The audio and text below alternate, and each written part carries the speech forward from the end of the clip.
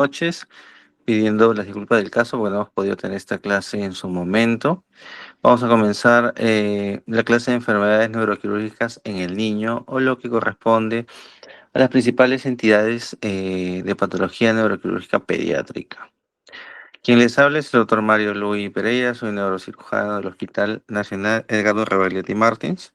He trabajado también en el Instituto Nacional del Niño de San Borja.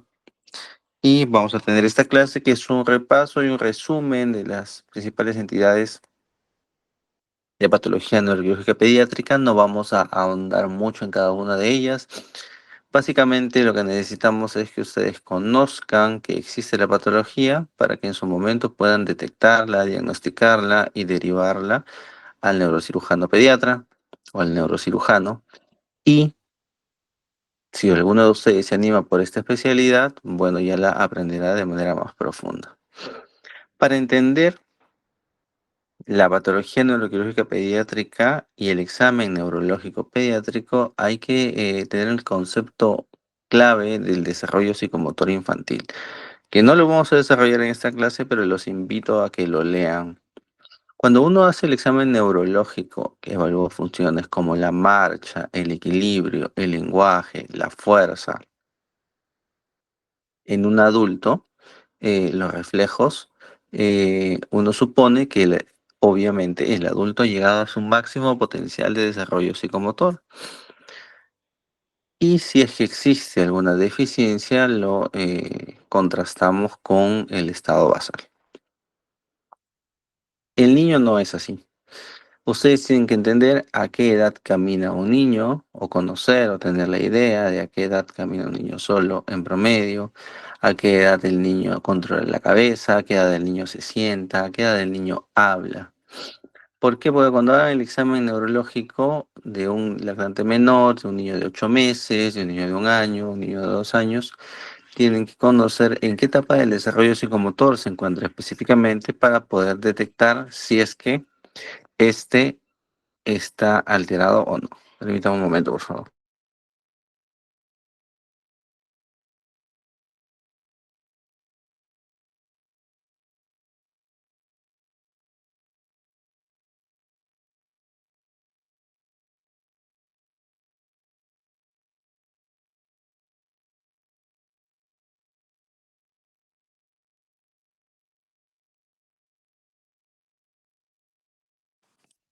Es así, entonces, que si llega a la consulta una mamá con su niño de 6 meses preocupada porque su hijo todavía no camina, entonces ustedes puedan decirle, detectar que en el examen neurológico, el examen físico está todo normal y que no se preocupe la mamá porque a los 6 meses todavía el niño no debería caminar, entonces le falta, porque el niño camina en promedio a partir de los 12 meses.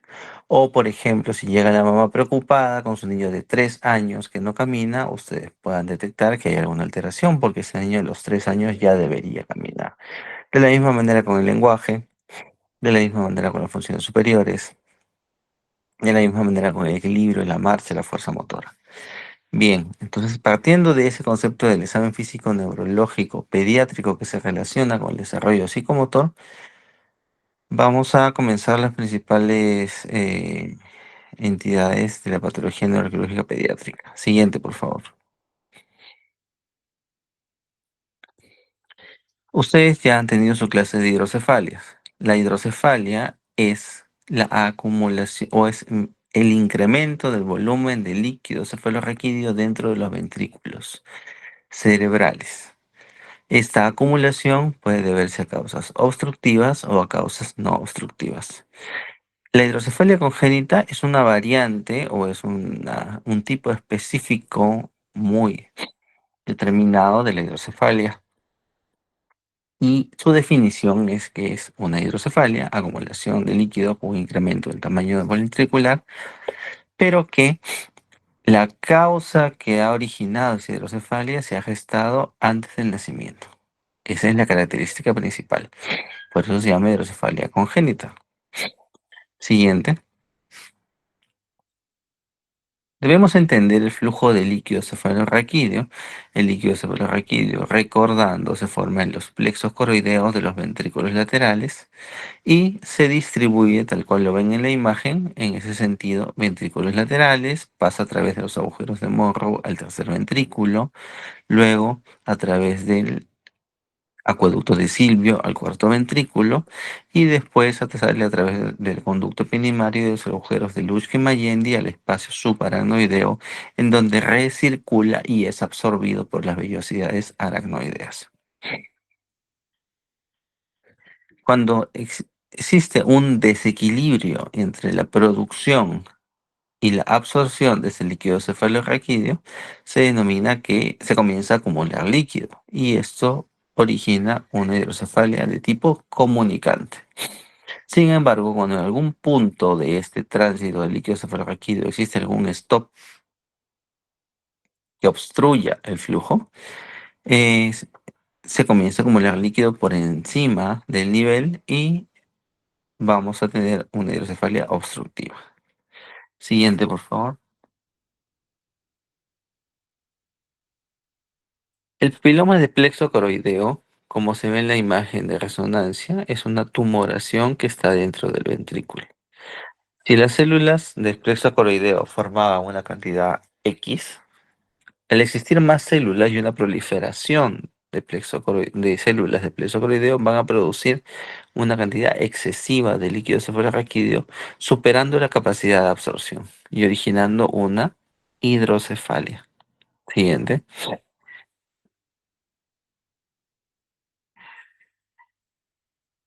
Al existir una estenosis del acueducto de Silvio, que es otra causa congénita de la hidrocefalia, va a obstruirse o va a disminuirse el flujo de líquido cefalorraquídeo del tercer ventrículo al cuarto ventrículo, lo que va a provocar también una acumulación de líquido denominada hidrocefalia. Siguiente. Y este síndrome de Dandy-Walker es un síndrome muy característico que tienen que recordar en la patología pediátrica infantil. Si bien es cierto, existen algunos síndromes de Dandy-Walker asociados a hidrocefalia, otros no se asocian a hidrocefalia. Cuando están asociados a hidrocefalia son causa de hidrocefalia congénita, por supuesto. ¿Cuáles son las características de este síndrome de Dandy-Walker? Un cuerpo calloso, anormal, que puede ser anormal o puede estar ausente. Un quiste de fosa posterior, un alargamiento del cuarto ventrículo y un cerebelo que se ha formado de una manera anómala, anormal o está hipoplásico. Además de un tronco encefálico comprimido, desplazado o también muy adelgazado, empujado por el quiste formado en la fosa posterior. Entonces, esas son las características del síndrome de Dandy-Walker que deben recordar. Y se asocian en un gran porcentaje a hidrocefalia. Siguiente, por favor. ¿Cómo valoramos o cómo detectamos la hidrocefalia congénita? Así como existen parámetros para medir el peso, la talla y su relación entre ellos con la edad, si han llevado pediatría o van a llevar pediatría, van a estudiar cómo se valora el crecimiento de un niño, una desnutrición aguda, una desnutrición crónica, una desnutrición crónica reagudizada, con parámetros y percentiles en base al peso para la talla, talla para la edad, peso para la edad. Existen parámetros también que nos ayudan a evaluar el perímetro cefálico en relación a la edad, que pueden medirse en percentiles o en desviaciones estándares, que la Organización Mundial de la Salud ha establecido como parámetros de normalidad. Si un niño se mantiene a lo largo de su vida en un determinado percentil o en dos percentiles, ese niño probablemente tenga un desarrollo normal. Puede ser que el niño esté en un percentil 95, en un percentil 85 y crezca proporcionadamente su cabeza en relación a su cuerpo y nos vaya saltando de percentiles con respecto a la edad. Puede deberse a que genéticamente el niño tiene una cabeza un poco más grande, porque los papás también son de cabeza grande, o alguno de ellos, o es un niño grande en relación al promedio. Eso es normal. El problema es cuando un niño, por ejemplo, al control el día de hoy se encuentra en percentil uno o más uno, y a los 2 meses está en percentil más 2, y a los 4 meses está en percentil más 3, perdón, en desviación estándar más 3, ¿no? Entonces, el haber saltado de desviación estándar una a otra puede, entonces, hace que esta condición sea una alerta para el médico que está examinando o está evaluando el caso, ya sea el pediatra, ya sea el médico general o quien esté atendiendo al niño. Como parte del control de crecimiento, ustedes van a hacerlo cuando se dediquen a ver niños sanos en control de niños sano en el SERUM. Van a evaluar el peso para la talla para la edad, el peso para la edad y también van a controlar el perímetro cefálico. Entonces es importante que detecten cuándo es anormal y cuándo no. Si va cambiando de percentiles, es anormal. Conforme va avanzando en la vida, es anormal. Si se mantiene un mismo percentil, por más que sea un percentil alto, este niño tiene un crecimiento normal con una cabeza un poco más grande, o si es un percentil menor, una cabeza un poco más chiquita que el promedio, que puede deberse a múltiples causas. Sin embargo, el hecho de que a lo largo de la vida, repito, vaya cambiando de percentiles, hace que esta condición deba ser una alerta para nosotros y debamos derivarlo a un pediatra, a un médico neurocirujano o a un neurocirujano pediatra para hacer una evaluación, o a un neurólogo pediatra para hacer alguna evaluación o alguna imagen respectiva de su cerebro. Siguiente, por favor. Con respecto a los defectos del tubo neural, vamos a tener que existen defectos caudales y cefálicos. Ustedes deben haber escuchado alguna vez acerca del mielomeningocele, que es el típico defecto del cierre del tubo neural caudal. Y el otro, conocido también muy típico, es la anencefalia. Vamos a comenzar con la anencefalia, que es una encefalomielodisrafia de tipo cefálica, en donde existe un desarrollo incompleto de los hemisferios cerebrales, preservándose en algunos, en la mayor parte de los niños, el desarrollo del tronco encefálico. Si bien es cierto, pueden tener estructuras importantes del cerebro presentes, no es un desarrollo cerebral completo que permita la supervivencia, y estos niños pueden morir a las 72 horas o un poco más. Su pronóstico no es bueno si llegan a nacer. Las encefalomielodisrafias o defectos del tubo neural son malformaciones debidas a defectos de cierre del tubo neural durante la embriogénesis. Tienen una tasa entre 4 a 10 por 10.000 nacidos vivos y está asociado a factores ambientales y bajo nivel cultural, así como defectos o deficiencia de ácido fólico. Siguiente, en la madre, ¿no? Siguiente, por favor. La hidronecefalia, como ven en esa imagen de tomografía, lo que parece como líneas blancas son las pocas fibras del sistema nervioso, o mejor dicho, del parénquima cerebral que tiene ese niño. Casi toda su cabecita es líquido. Es macrocéfalo, eh, y probablemente en la base del cráneo se ven estructuras como el tronco encefálico o estructuras del cerebelo. Sin embargo, los hemisferios cerebrales están severamente reducidos. Siguiente, por favor. El encefalocele es una patología en el cual, al haber un defecto del cierre del tubo neural, estructuras nerviosas se quedaron fuera de la cavidad craneal, cubiertas por una bolsa de piel de cuero cabelludo y rodeadas de meninges.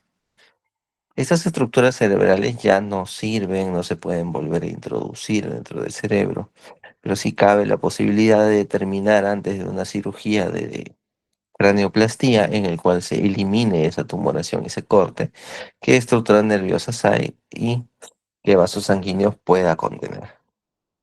Eso se verifica en una resonancia magnética antes de realizar el tratamiento de cierre. Ahora, dependiendo de cuánta cantidad de masa encefálica, qué parte de la masa encefálica esté comprometida y qué parte de las estructuras arteriales o venosas también, se va a determinar en base a eso el pronóstico. Siguiente. Y algo muy característico, ya con respecto a los efectos, a las encefalomiografías caudales, es la espina bífida, en el cual puede haber un defecto de cierre parcial o completo. Siguiente. Y existe esta clasificación que es la que debemos acordar y que debemos recordar siempre, y es pregunta de cualquier examen, inclusive también puede ser pregunta de su examen.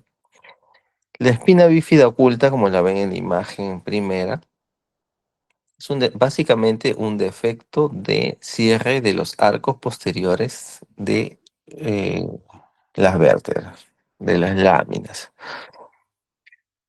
El meningocele, además de tener un defecto de cierre óseo, existe una protrusión, una bolsa cubierta por piel y meninge, pero rellena solamente de líquido cefalorraquídeo. Sin embargo, cuando esta bolsa lo que tiene dentro son raíces nerviosas aberrantes del fin o de la parte final de la médula espinal, incluyendo, puede ser como en la imagen, el cono medular, esta patología se denomina mielomeningocele. Esta diferenciación es una diferenciación que, repito, deben recordar. Siguiente. Y la que establece el pronóstico también, ¿no? Porque la última tiene peor pronóstico que las dos primeras. Siguiente. Y la médula anclada es una consecuencia de o una secuela de estas cirugías de mielomeningocele. Al intentar colocar en el canal el cono medular, las raíces nerviosas aberrantes que puedan verse dentro de la bolsa del mielomeningocele, estas estructuras pueden generar adherencias en la base de la columna. Y lo que van a originar es que el niño va creciendo, su columna vertebral va creciendo, pero los nervios se van estirando, se quedan como anclados, que en vez de subir y posicionarse en el canal espinal de una manera holgada, suelta, estos, estas raíces nerviosas se quedan ancladas por adherencias a la base o a la parte final de la columna y van a impedir el adecuado desarrollo psicomotor y van a generar déficit motor en el niño. La cirugía consiste en realizar una apertura, desanclar el cono medular, la parte final de la médula, desanclarla, quitarle las adherencias que pueda tener al conducto espinal y dejar a la médula libre para que el niño siga creciendo y pueda tener un desarrollo psicomotor en la medida de lo posible adecuado. Como secuelas, la espina bífida puede dejar una paraparesia y una vejiga neurogénica o un trastorno vesical. No todos los niños, ya en la edad adulta, cuando se les hace seguimiento con antecedentes de mielomeningocele, tienen estas secuelas. Algunos sí. La mayoría de ellos queda con déficit motor o una paraparesia y con trastorno esfinteriano vesical. Siguiente, por favor. La craniosynostosis es otra patología común neuroquirúrgica pediátrica y la definición es el cierre prematuro parcial o total de una o más suturas del cráneo. ¿Qué genera esto? Genera, como ven en la imagen, un defecto estético, por supuesto, pero también al cerrarse dos o más suturas craneales, origina que el desarrollo cerebral del niño también se vea limitado por las estructuras óseas. Entonces, no solamente es una cuestión estética, sino también es una cuestión de desarrollo cerebral del niño. Como ustedes saben, el cráneo en el niño tiene suturas y fontanelas. Las suturas son espacios entre dos huesos y las fontanelas son espacios entre tres o más huesos. Esos espacios se van cerrando conforme el niño va creciendo, el cráneo va creciendo y se van realizando la osificación que tiene parámetros estándares de determinados meses o de edad de vida. Cuando el cierre de una o más suturas, que vamos a ver a continuación, se produce de manera prematura, va a originar la craneosinostosis. Siguiente, por favor. Es así que podemos tener una craneosinostosis no sindrómica en el 85% de los casos, es decir, no está asociada a ninguna enfermedad genética, como vamos a ver en la patología de craneosinostosis sindrómica. La sutura afectada por el cierre prematuro es la craneosinostosis y el nombre de la sutura o qué sutura está afectada o qué sutura ha sufrido el cierre prematuro va a dar el nombre a la patología determinada o a la determinada craneosinostosis. La sutura, cuando la sutura que se ha cerrado de forma prematura es la sagital, vamos a estar frente a una escafocefalia. Cuando la sutura que se ha cerrado de forma prematura es la mitad de la sutura coronal o una de las dos suturas coronales, entonces le llamamos plagiocefalia anterior. Si son las dos suturas coronales o bicoronal, una brachiocefalia. Y si es la sutura interfrontal o sutura metópica, estamos frente a una trigonocefalia. Siguiente, por favor. La craneocytosis sindrómica en el 15% de los casos forma parte de algún síndrome genético. El más común de ellos, asociado a la craneosinostosis, es el síndrome de Cruzón.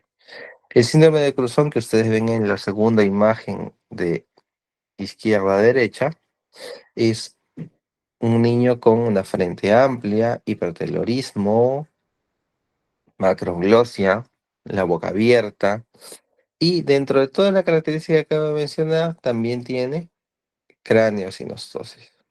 Esa es la craneosinostosis sindrómica.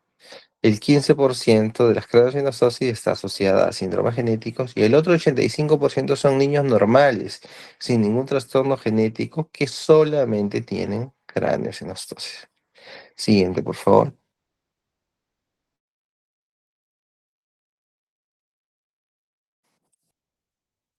Entonces, si lógicamente lo que sucedió o lo que había sucedido en la craneosinostosis era el cierre prematuro o repentino eh, eh, de una sutura, la lógica de lo que debe hacerse es volver a generar esa sutura, volver a generar esas desuniones entre los huesos y esta cirugía se llama avance frontoorbitario o una cranioplastía para craneosinostosis, en la cual se vuelven a realizar suturas ahora artificiales en el cráneo para permitir que el hueso siga creciendo y expandiéndose a nivel que el cerebro quiera expandirse o se desarrolle en el niño y se sellen o se cierren en edades adecuadas. Esto que ven ustedes es una reconstrucción de cirugías de craneosinostosis en los cuales se hacen suturas artificiales para prevenir el cierre prematuro o que el cierre óseo genere o impida el desarrollo cerebral. Siguiente. La escoliosis infantil es otra patología que van a ver. Hay escoliosis infantil, escoliosis juvenil, escoliosis del adulto mayor, pero en este caso vamos a hablar de la escoliosis infantil, en el cual hay una deformidad de la columna vertebral en 3 dimensiones, en donde el plano coronal excede 10 grados y el desplazamiento lateral del cuerpo vertebral cruza la línea media. Como vemos en el examen físico de un niño, cuando ustedes hagan el examen físico para evaluar escoliosis, tienen que evaluarlo solamente en pañal o en truza, en bipedestación, para evaluar si los dos hombros están nivelados, evaluar si las dos caderas están niveladas y evaluar si los omóplatos están nivelados, al agacharse pidiéndole que recoja una pelota, por ejemplo. Si ustedes ven alguna alteración o algún desnivel en esos tres parámetros que les acabo de mencionar, clínicamente pueden diagnosticar ustedes una escoliosis.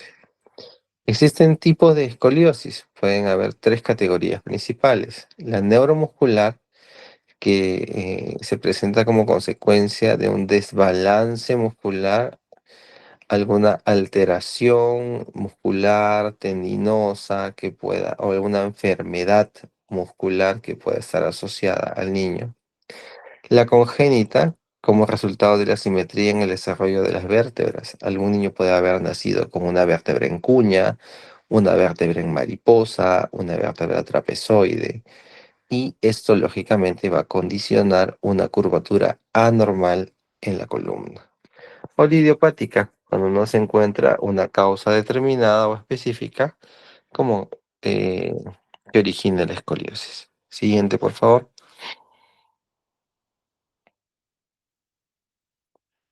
No en todos los casos se trata la escoliosis de manera quirúrgica.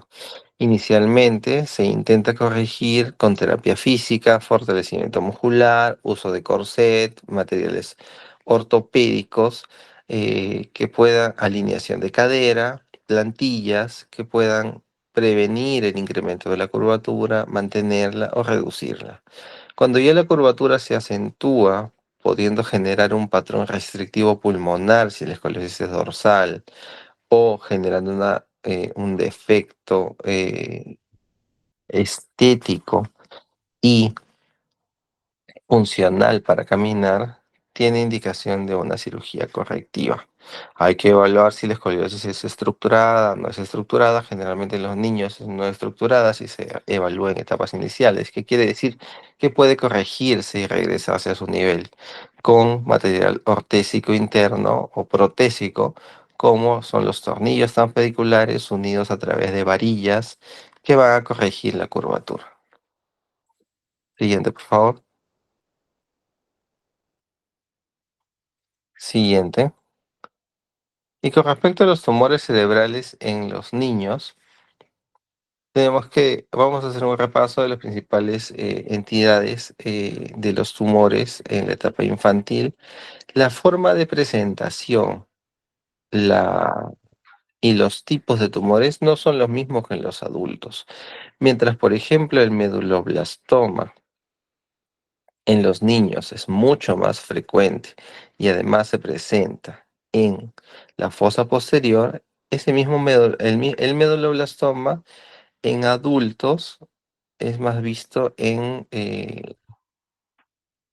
la región supratentorial. Mientras que el tumor más frecuente en adultos, más maligno, es el glioblastoma multiforme, uno de los tumores más frecuentes y más malignos en los niños, o mejor dicho, uno de los tumores malignos más frecuentes en los niños es el sarcoma. Siguiente, por favor. Es así que tenemos que entender la clasificación de la Organización Mundial de la Salud para la nomenclatura y la tipificación en grados de los tumores cerebrales. Los tumores cerebrales tienen 4 grados de malignidad.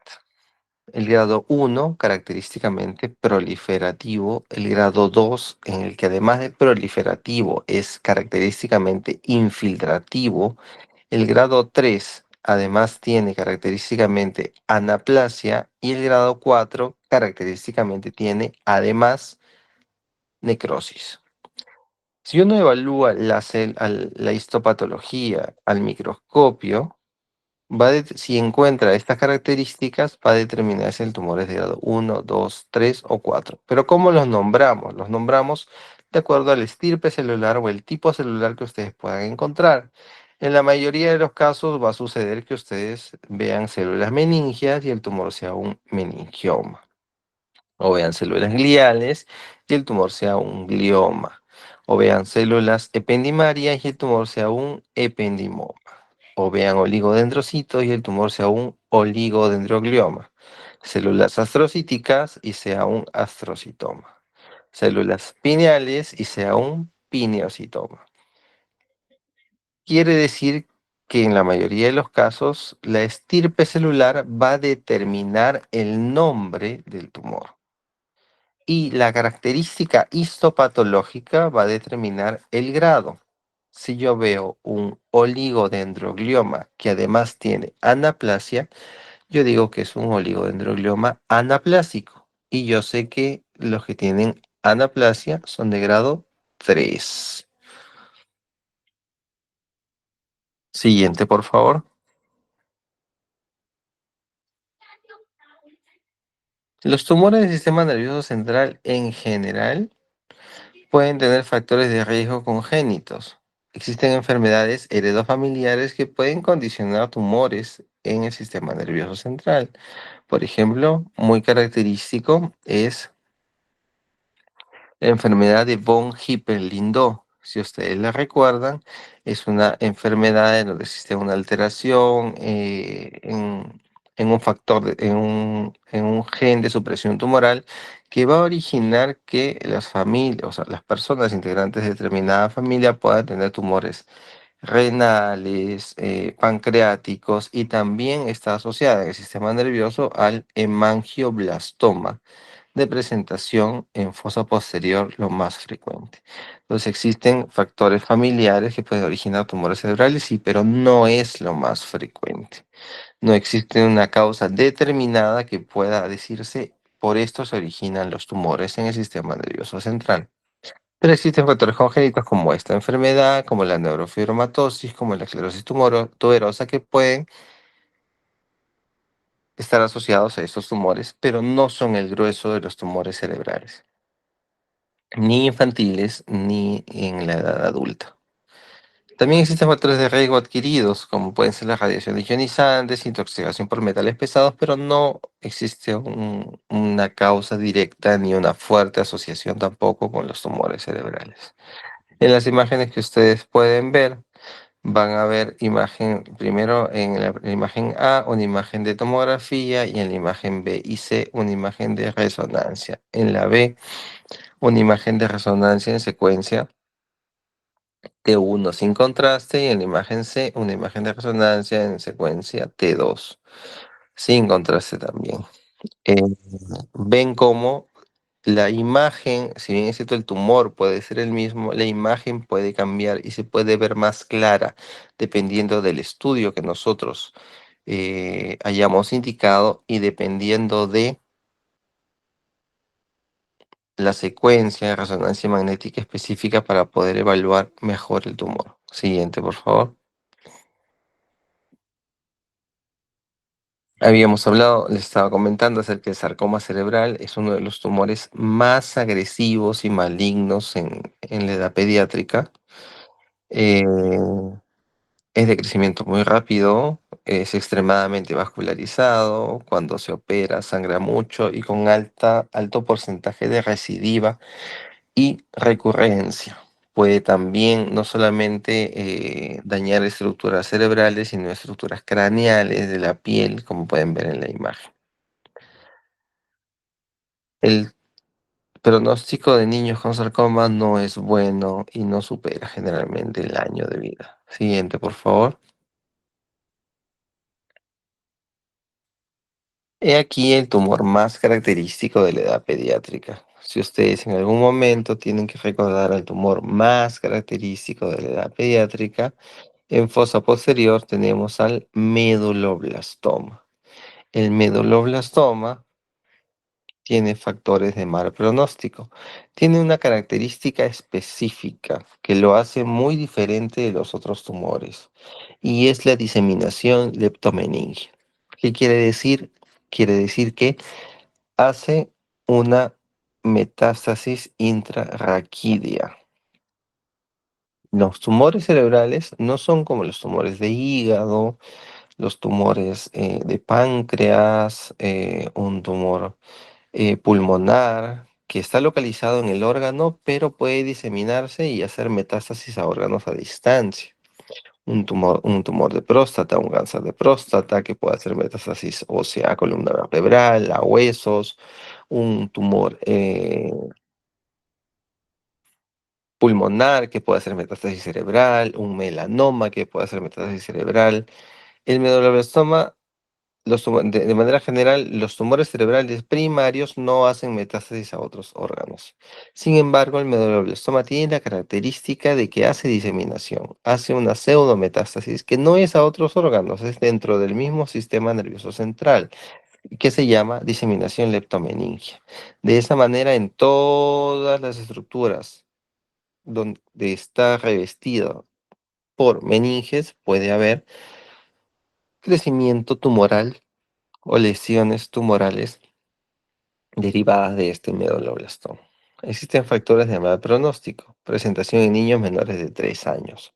Si el medulloblastoma se diagnostica en niños menores de 3 años, mal pronóstico. Si existe infiltración del tronco encefálico por este tumor, lógicamente es mal pronóstico. ¿Por qué? Porque a la hora de realizar la cirugía se va a tener que hacer una exéresis amplia de la zona tumoral, pero no se va a poder tocar la parte de infiltración del tronco encefálico, porque la cirugía podría ser peor que la enfermedad. Diseminación fuera de la fosa posterior, esto es diseminación leptomeningia, y la resección subtotal, obviamente, si no se puede resecar debido a que la resección total va a originar más secuelas, se hace una resección subtotal, pero esto determina la elevada recurrencia y mal pronóstico para el niño. Siguiente, por favor.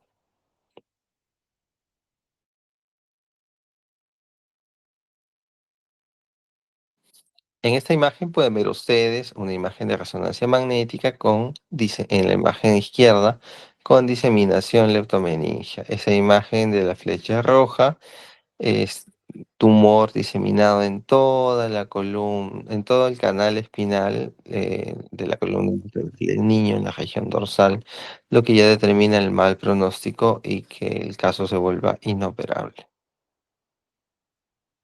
Siguiente, por favor. Otro tipo de tumores que son los tumores de línea media, dentro de los que destacan en este caso el cráneofaringioma. Dentro de los tumores de línea media que podamos tener, tenemos los tumores de hipófisis, cuya presentación no es predominante en la infancia, sino en la edad adulta, por eso es que no está registrado en estas diapositivas, pero sí el tumor de línea media o de la neurohipófisis asociado a derivado de embriológicamente la bolsa de Rathke, tenemos como característica al cráneofaringioma. Este cráneofaringioma constituye el 6 al 10% de los tumores de la infancia y da síntomas derivados de compresión de estructuras adyacentes y de hipertensión endocraniana. Como ven ustedes en la flecha roja, este tumor es tan grande que está desplazando el tercer ventrículo y también desplazando hacia arriba lo que son los nervios ópticos. Desplazando los nervios ópticos origina una hemianopsia bitemporal con posterior amaurosis, y desplazando el tercer ventrículo y comprimiéndolo va a originar hidrocefalia. Además, que puede generar, por alteración de la de la glándula maestra, que es la pituitaria, un trastorno hormonal. Hidrocefalia puede deberse no solo a la compresión del tercer ventrículo y generación de hidrocefalia, sino también a la ocupación o gran ocupación del espacio por una estructura externa originando hipertensión endocraniana. Siguiente, por favor. Las infecciones del sistema nervioso central, dentro de las que destaca la ventriculitis en el caso de neurocirugía, eh, esta está asociada a la colocación de shunts o derivaciones ventrículo-peritoneales. Cuando un niño tiene hidrocefalia, se intenta conectar o hacer conexiones de vía endoscópica o fenestrar cavidades para que el flujo del líquido cefalorraquídeo se restituya. Sin embargo, si esto no se consigue, se tiene que realizar la implantación de un catéter de forma permanente que vaya desde el interior de los ventrículos laterales, saliendo del cráneo, pasando por debajo de la piel e introduciéndose en el espacio peritoneal para ser absorbido por esta membrana el líquido cefalorraquídeo excedente. Sin embargo, estos catéteres que nosotros colocamos son susceptibles de ser colonizados por gérmenes a lo largo de la vida y de generar infección del sistema nervioso central. Estos catéteres, los gérmenes pueden llegar a esos catéteres a través de la vía hematógena procedentes de la garganta, en una faringitis, del oído, en una otitis, o de una infección dentaria. Por eso hay que tener mucho cuidado cuando los niños tienen una infección y además tienen ese tipo de catéteres. Cuando se origina la infección dentro del ventrículo derivado de estas estructuras o estos dispositivos que deben ser retirados y luego tratado el sistema nervioso con antibióticos para poder eliminar los gérmenes. Una vez los gérmenes se han eliminado, se vuelve a colocar la derivación definitiva porque la hidrocefalia persiste o puede modificarse. Como la consecuencia, tenemos la siguiente diapositiva. Luego de una ventriculitis que puede ser curada con antibiótico terapia por 45 a 60 días, va a generar un tabicamiento. Siguiente. Y de esa manera los ventrículos laterales ya no solamente van a ser dos y se pueden dilatar, sino que podemos tener más de dos ventrículos laterales dilatados por, y separados por tabiques que se han formado como secuela de una infección. Esta es la hidrocefalia compartimentalizada, que se tiene que tratar con endoscopía para intentar fenestrar esos tabiques y poder generar un ventrículo único que pueda eliminar el líquido suprarraquídeo con un solo shunt o un solo catéter de derivación ventrículo-peritoneal. Siguiente, por favor. Dentro de las infecciones del sistema nervioso central, el absceso cerebral, que tenemos, como se ve en la imagen, una imagen redondeada, captadora de contraste, con gran edema, generando hipertensión endocraniana. Siempre va a ser mejor poder sacar el absceso en su conjunto, ya que se puede sacar también la cápsula que recubre este para evitar recidivas del absceso y también porque al sacar el absceso se puede enviar a cultivo y se puede saber específicamente qué germen está asociado y poder dar el antibiótico de tipo específico. Siguiente. La malformación de Chiari, recordar y saber solamente la definición. Saber que hay, bueno, una clasificación amplia. Sin embargo, saber que la malformación de Chiari es el descenso anormal o patológico de las amígdalas cerebelosas o de estructuras adyacentes al tronco cefálico, del tronco encefálico, por debajo del agujero magno. Cuando estas estructuras descienden más de 10 milímetros, se dice que el paciente tiene una malformación de Chiari. ¿Qué puede originar? Puede originar trastorno del equilibrio y, en algunos casos, déficit motor si además está comprimiendo fibras nerviosas del tronco o del inicio de la médula espinal. Siguiente, por favor. La epilepsia refractaria. Podrían preguntarse, ¿pero la epilepsia es una patología que la trata el neurólogo? Sí. El neurólogo trata la epilepsia. Inicia con el diagnóstico,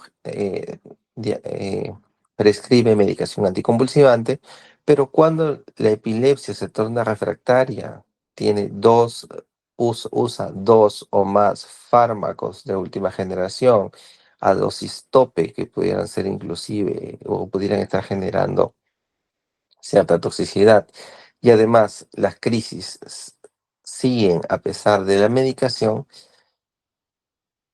es cuando el neurólogo consulta al neurocirujano para ver si el paciente es tributario de un determinado tipo de cirugía de epilepsia.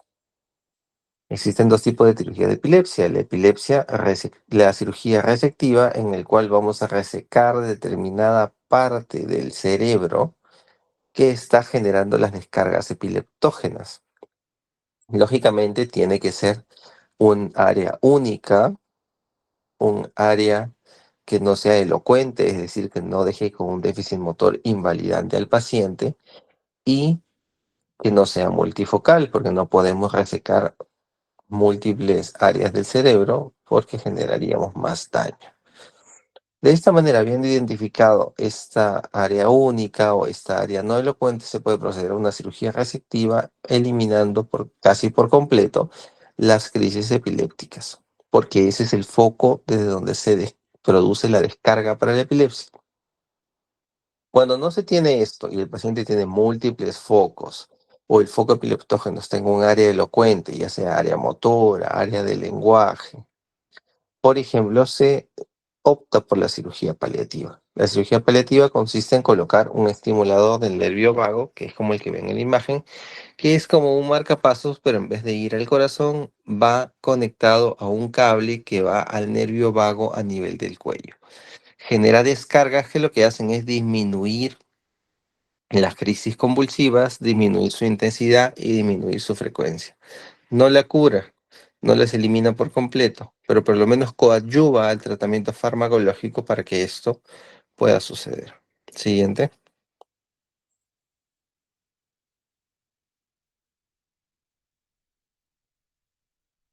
Con respecto a las malformaciones vasculares cerebrales, no vamos a decir mucho al respecto porque ustedes tienen su clase específica de esto, pero sí decirles algo importante.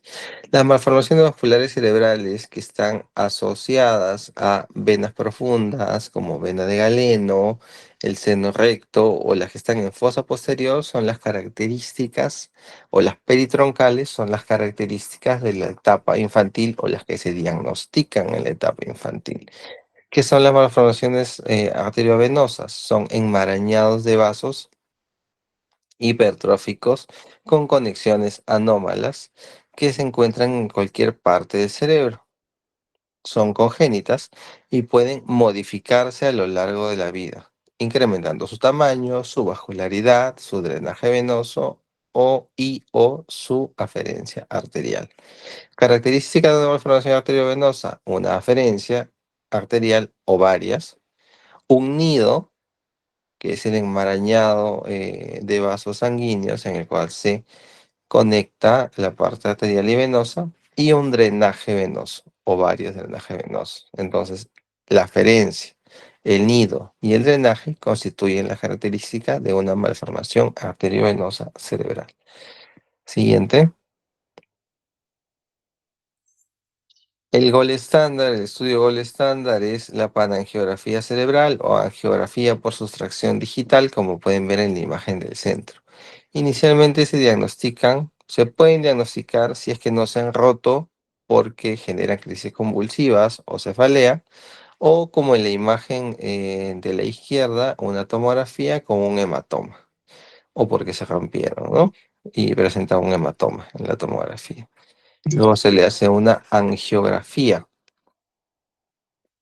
por tomografía o angiotomografía y se puede detectar también la malformación como en la imagen superior de la derecha. Y el examen Gold estándar para determinar sus características, su angioarquitectura y el tratamiento que se le va a proporcionar es la panangiografía cerebral. Siguiente, por favor. Y ya para terminar con traumatismo craneal infantil, no voy a decir mucho porque ustedes tienen su seminario de traumatismo craneal. Cabe decir que hay que tener mucho cuidado con los niños cuando se caen. ¿Por qué? Porque el cráneo de los niños es muy delgado. Hasta los 2 años, 2 años y medio, 3, el cráneo de los niños es extremadamente delgado y frágil y está en crecimiento y osificación. Cualquier golpe, cualquier mecanismo traumático sobre los niños en esta edad puede originar fisuras, fracturas o inclusive algunas fracturas que se pueden determinar en tallo verde, pero pueden originar rupturas de arterias meningias, siendo muy frecuente asociados a fractura infantil los hematomas epidurales, como ven en la imagen inferior de tomografías, de serie de tomografías. Los hematomas epidurales son coágulos que se forman entre el cráneo y la meninge por ruptura de arterias meningias. ¿Por qué se rompen estas arterias meningias? Por una fractura. Y es muy frecuente que en niños pequeños cualquier mecanismo de fractura que no necesariamente es de alto impacto pueda originar una fractura y un hematoma. Por eso se dice que a los niños, después de un golpe, o después de un traumatismo craneal, hay que evaluarlos y no permitir que duerman. ¿Por qué? No es porque el dormir les haga daño, sino que al permitir que duerman, no van a valorar cuál es su evolución del estado de sensorio, es decir, si está disminuyendo su Glasgow o si están durmiéndose o si están teniendo algún déficit motor porque están dormidos. Y puede ser que cuando despierten ya sea muy tarde para la valoración. Es importante tenerlos 2, 3 horas, 4 horas por lo menos despiertos después del impacto para que puedan evaluarlos adecuadamente y ver que no haya ninguna presentación clínica de algún signo de alarma que pueda pararles los ojos o los oídos o estar atentos a tomar una tomografía y descartar un hematoma o una fractura craneal.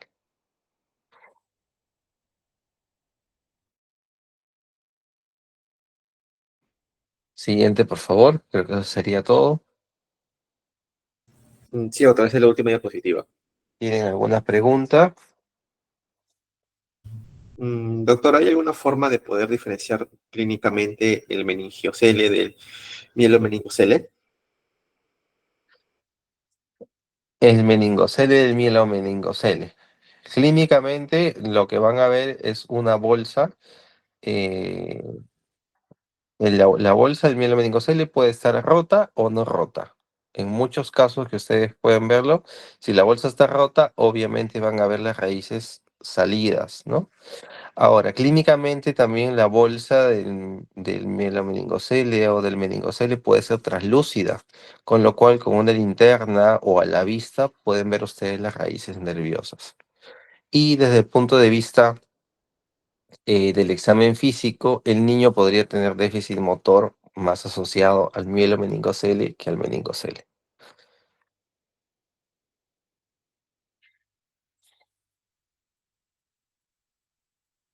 Al tener ustedes el mielomeningocele, las raíces nerviosas dentro de la bolsa son raíces nerviosas aberrantes que pueden estar ya generando una disfunción motora y vesical en el niño. En cambio, el meningocele puro, las raíces están y la parte final de la médula están en su posición, por lo cual no debería el niño tener déficit motor. No, y a la espectroscopía, como te digo, si la bolsa está rota, que en muchos casos llegan así los niños transferidos de provincia o de zonas profundas del Perú a Lima, van a ver las raíces nerviosas afuera. Y si no está rota, pueden verse porque muchas de ellas son translúcidas o con una linterna también podrían apreciarlo.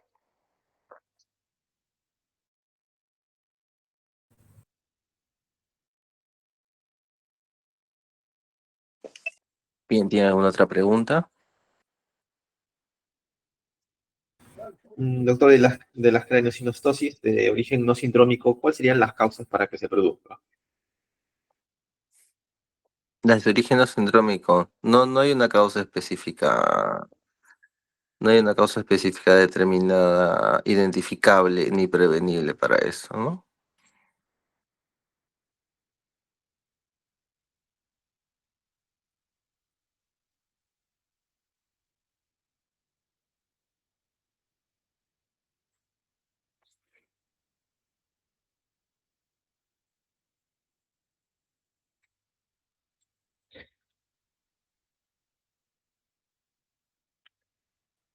Bien, si ya no hay más preguntas, los dejo.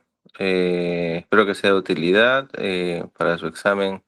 Lean estas diapositivas, que básicamente de ahí les recomiendo que pueden ahondar, pueden investigar, pueden leer más. Si es de su interés, se los recomiendo. Pero también les recomiendo que se basen en esto y recuerden los criterios y los puntos que hemos tratado en esta clase.